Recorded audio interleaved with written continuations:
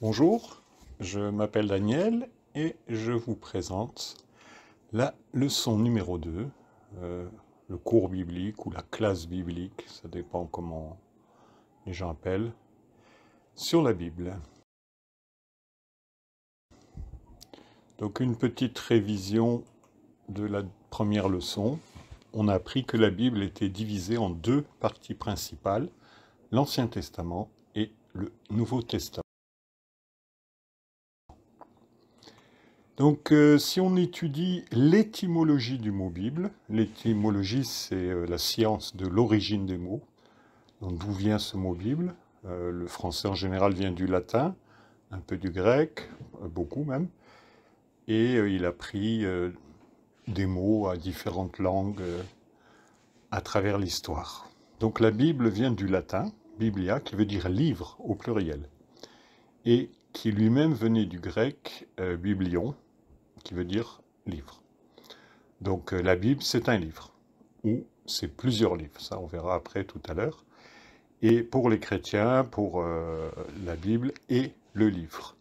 Donc pour les musulmans, leur livre à eux, c'est le Coran, pour les hindous, c'est la Bhagavad Gita, pour chaque religion a un livre, une référence à la plupart des religions. Pour les croyants, on dit aussi la Sainte Bible, ou la parole sous-entendu de Dieu, ou parole de Dieu, ou parole tout seul. Donc il y a plusieurs mots pour décrire cette collection de livres qu'on appelle Bible. Alors là, dès que j'ai fait mon cours, j'ai eu une question d'une étudiante qui m'a dit « Jésus est-il le Fils de Dieu? Et s'il est, il est né de Marie, comment peut-il avoir créé le monde avant de naître ?» Donc c'était une question assez pointue pour une leçon numéro 2. Donc j'en ai aucune idée, je ne sais pas. Et donc vous chercherez votre réponse, vous me direz. Comment sait-on que Jésus est le Fils de Dieu? Certaines personnes disent que c'est un prophète, d'autres que c'est une figure historique.